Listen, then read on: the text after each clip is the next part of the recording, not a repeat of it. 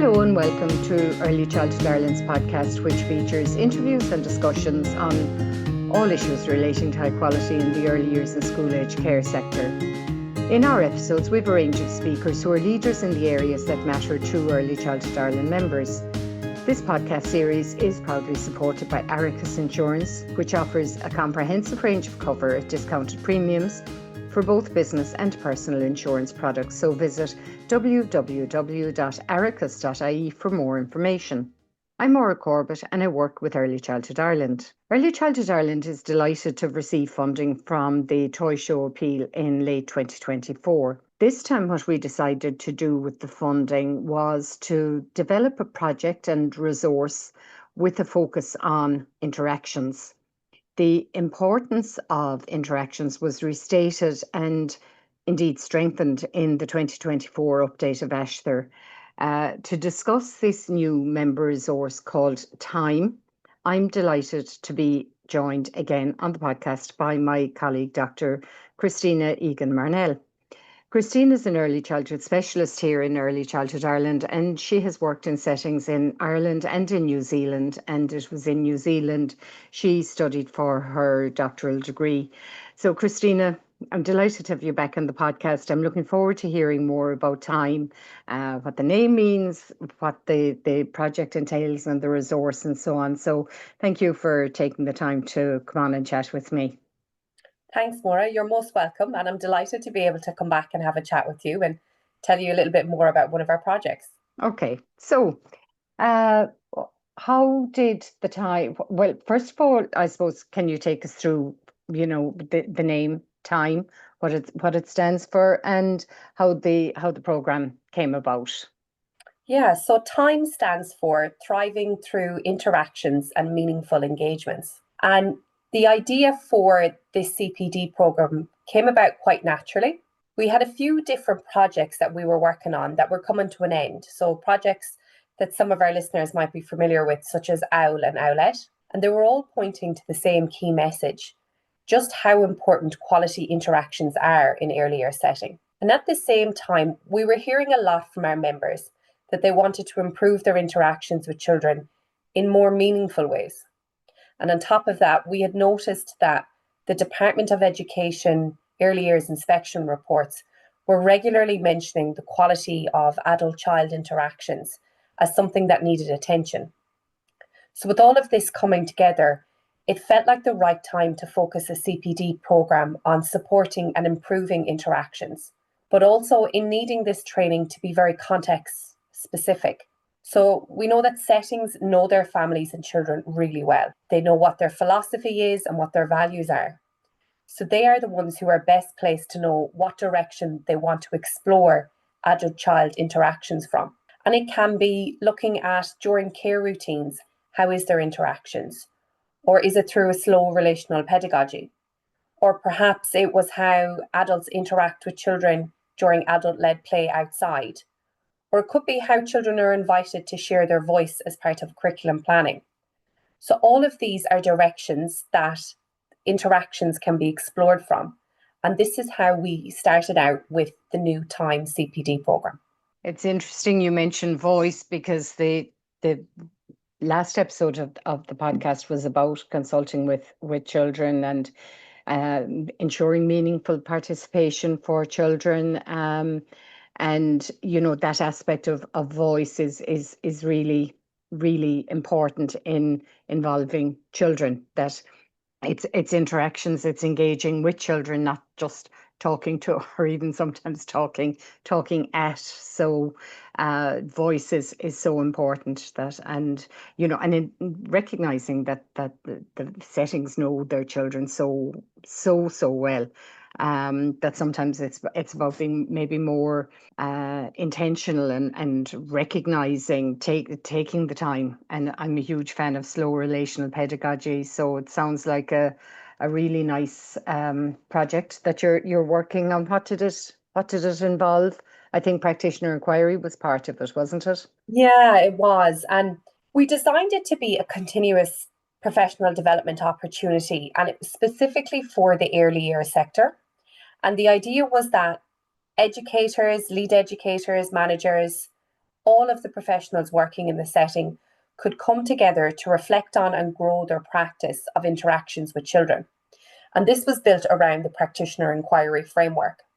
So during 2023, Early Childhood Ireland led a very successful practitioner inquiry programme with several settings who had wanted to introduce changes to their practice and who were then able to observe the positive differences that those changes made.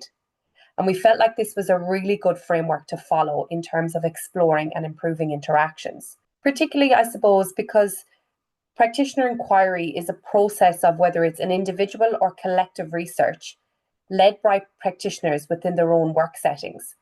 And it enables those practitioners to better understand what's happening for them and for the children in their setting, and ultimately then to make small or big changes to improve their practice together, but most importantly, to improve the experience of children and families. Practitioner inquiry can also really empower practitioners by creating some really strong evidence to advocate for wider change, and that can be either locally or nationally. So practitioner inquiry can have a really big impact for services. So keeping that as the basis of the programme, the CPD programme ran over 5 months, and we supported our members to lead their own practitioner inquiries on interactions. This was a small group of members, Christina, I think, wasn't it? Yeah, so we had 7 settings in total that were part of the project, and from those settings we had 74 educators. Now, our educators involved in this project came together. Some of them came together as a classroom team, or some of them as a wider setting team. And from that, there was about 25 inquiries that came from this programme. That's quite a big reach. 74 is, I think it's always fantastic to see the way settings volunteer to do, to take part in these programs and projects to enhance their practice. So often, out of hours. So that was brilliant. Absolutely. And I couldn't agree more. What was really noticeable in our sessions that we had with the settings, with the educators, was their commitment to quality for children. This CPD was being done in the evenings. So for most of them, that was outside of their work hours. And they were committing their time and energy to really explore their own practice, to unpack it. For some of them, they wanted to change it. For others, they wanted to enhance it. And it was all being done from the idea of, what can I do that supports children to have a stronger experience in a range of different ways. So I really do want to applaud the commitment and the dedication of the educators who took part in this programme, because the benefits are clearly noticeable from the work that they put in there. So can you take us through what the CPD programme involved? Yeah, so we had 5 sessions over 5 months. So to start the programme, we had this fantastic guest webinar with Dr. Julie Fisher. Julie's presentation really got you thinking about what is an effective interaction, and also how the responsibility sits with you, the adult, to ensure that your interactions are not only respectful and nurturing, but that they actually add value to the child's experience. So to paraphrase a quote that she shared, when you have an interaction with a child, they should be leaving that interaction having gained something they didn't have going into it. And through her presentation, she really got us thinking about what is effective in terms of interactions. And then from there, we had 4 online sessions where we unpacked research on interactions while exploring the different stages of the practitioner inquiry process. So for our members that were part of it, phase 1 was about them thinking about a topic that was meaningful for them, something that was relevant to their practice every day, something that they thought could be unpacked a little bit more. And this turned into a research question. And over the next few months, they explored what that was doing. So they looked at what was happening already. They looked at what was best practice. They looked at what was being advocated for. And then they came up with a plan for changes that they wanted to implement. And then they looked back after they implemented those changes and examined what difference did that make to children's learning. So I'm really excited because our final session is coming up now this month, and it's going to be a chance where we get to hear from each of the educators hear about their research, celebrate their successes, and acknowledge the challenges that they came across as part of this journey. And of course, most importantly, what difference did it make to the learning for children? How has their learning and development been impacted by this inquiry? You mentioned about, unpacking some of the research evidence. Can you take us through some of that? What the current research is saying? So we looked at the research internationally, and I'll come back to our more local context with Ashtar at the end of this. But we had a look at research across the world and what it was saying about interactions. And high quality interactions between educators and children in early year settings has been really widely studied. And what's really important to acknowledge is that consistently the research keeps coming back to that these interactions play a crucial role in children's development, whether that's cognitively, socially, or emotionally. It has a big impact. And I think some of it is down to what's known as process quality. So children's learning, development, and their well-being are directly influenced by the quality of their interactions, and whether that's with other children, with adults, their families, and even the environment. And that children experience positive relationships and enriching interactions, and these support them to be active and confident learners. And we can see in really specific areas the difference that interactions can have on children's development. So the children have been seen to have higher levels of emerging literacy and numeracy skills, as well as improved behavioural and social skills. And this is connected directly to attending settings that provide high quality interactions. We also can see that high quality interactions provide a sense of security and trust. It helps children to regulate their emotions. And children benefit greatly from emotionally supportive teachers because it gives them that chance to manage their stress and feelings of frustration more effectively. We've also seen through the research that children who receive positive affirmations and encouragement from their educators develop a higher self-esteem and a willingness to take on new challenges.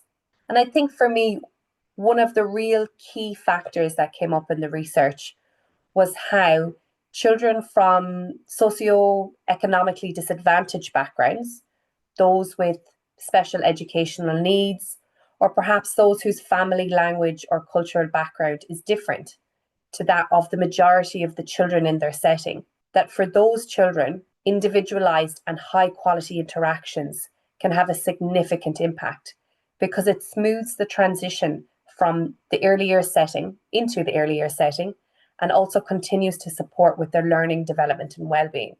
So the research consistently shows high quality interactions is something worth focusing on. I think it's all about nurturing, isn't it? That, when we feel nurtured and cared for and that we matter, we thrive in those, all of us, adults, children alike, we thrive in those situations where, if those nurturing interactions aren't taking place, we have to struggle more with everything, really. Emotions, learning. How can you learn if you're not feeling cared for? And that underpinned the update of Ashtar and that, change of terminology to include relationships and interactions, that it's not just, interactions don't stand on their own.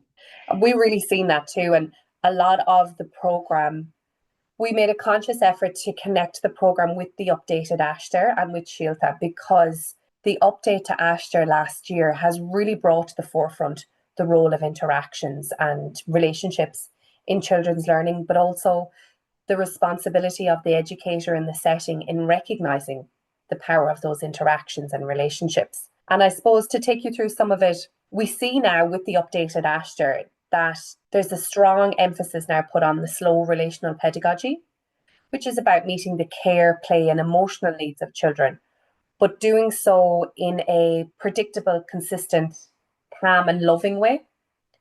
And there's a lot of different ways that you can explore a slow relational pedagogy. And some of the things that maybe some of our listeners can think about is around children having the time, the freedom and the space to be themselves. For adults, that they're attuned to children's feelings, their needs and their rights.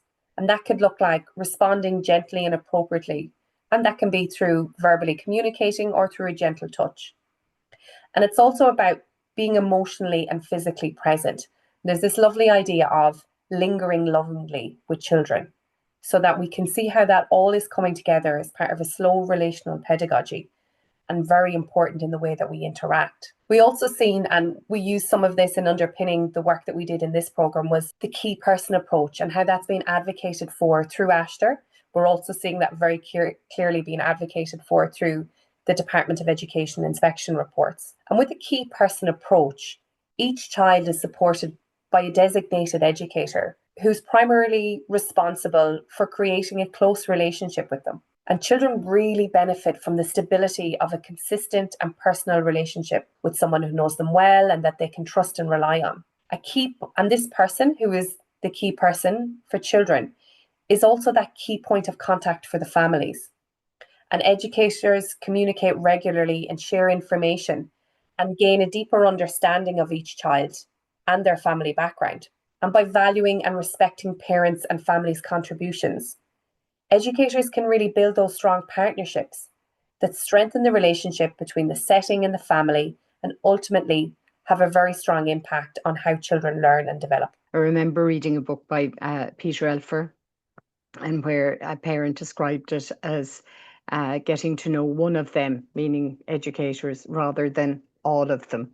And that if you consistently are dealing with the same person, the relationship is much more meaningful. You're not constantly starting from zero with kind of minimal interactions. It can become much deeper. Themes of slow relational pedagogy and the key person approach are really vital to communicate, to encourage the interactions. So Christina, it sounds like there was so much learning through that CPD program, and the educators and settings that took part identified their inquiries and learned a lot about themselves and their practice, and undoubtedly children benefited. But can you take us through how we're going to share that learning with all our members so that everybody can deepen their knowledge and get more familiar with the concepts that we've been talking about for the last little while?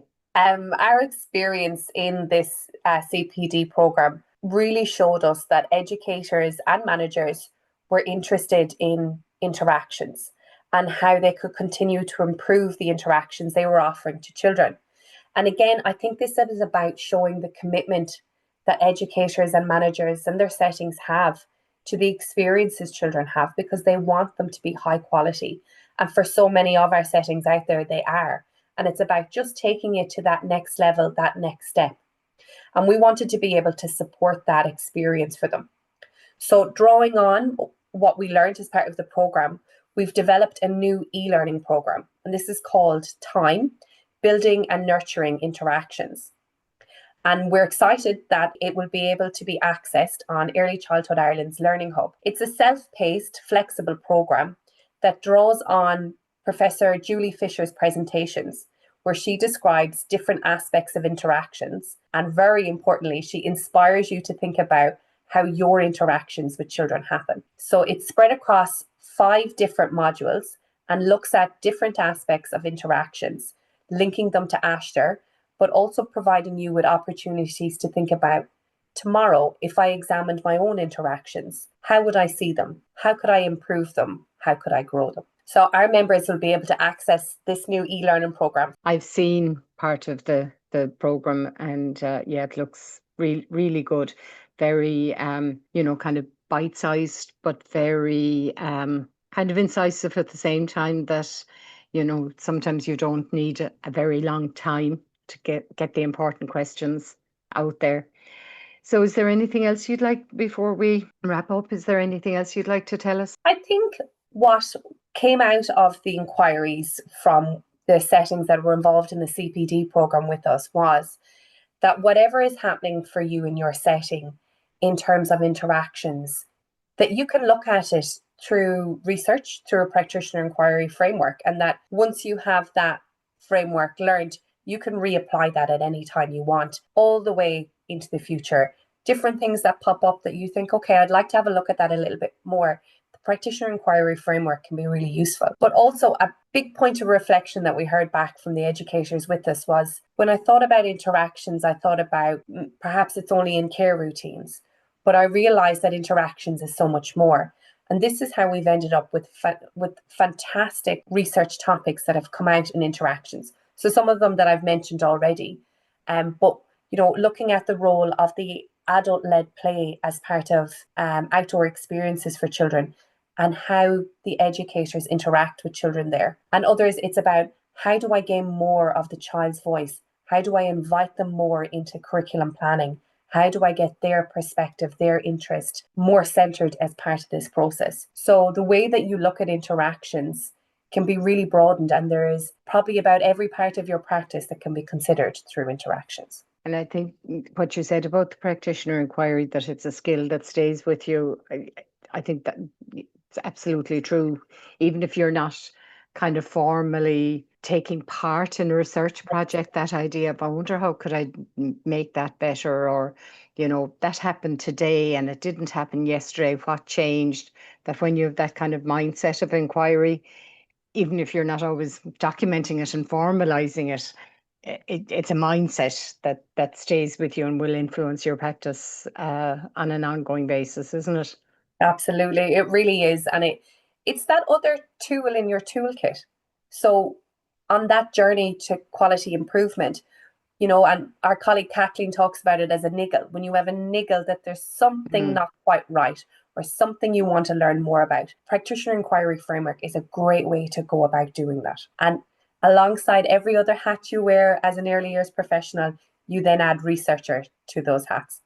Absolutely. We don't always see ourselves as researchers, but we are. Yeah, absolutely. Christina, I really enjoyed that overview on kind of the background and the CPD program and how it has supported the educators in those settings, and then how that learning will be disseminated to our broader membership base. So thank you very much. And it was great to get the Toy Show Appeal funding to be able to extend our work and, like you say, build on OWL and Owlet. So thanks for giving us that overview. And the time programme is available on the Early Childhood Ireland Learning Hub, and we'll put the link into the notes. Christina, thanks so much for taking the time. Really enjoyed it. Thanks so much, Maura. I really enjoyed it myself. And thank you for listening to this episode of Early Childhood Ireland's podcast, which is proudly supported by Aricus Insurance. If you enjoyed it, please subscribe and spread the word to your friends and colleagues, and stay tuned for our next episode.